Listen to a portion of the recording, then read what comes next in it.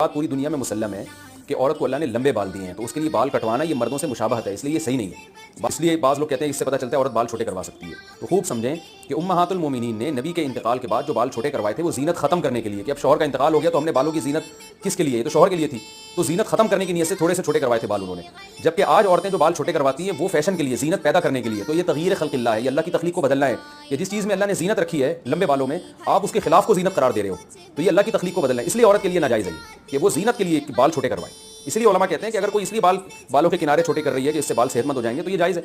तो इसलिए औरत के लिए इसलिए बाल छोटे कराना कि फैशन के तौर पर, जीनत के तौर पर, तो चूंकि फुसाक औरतों का शियार है, गैर मुस्लिमों का शियार है, तो ये मुसलमान औरत के लिए जायज़ नहीं है। और अगर वैसे ही छोटे करवाती है कि वो बालों की नोकें छोटे करवा रही हैं कि ताकि वो थोड़े से एक लेवल में आ जाएं, तो ये जायज़ है। और अगर कोई इसलिए छोटे करवा रही है कि बहुत ही लंबे हो गए, संभालना मुश्किल है, तो भी जायज़ है, लेकिन इतने छोटे कि मर्दों से मुशाबहत ना हो।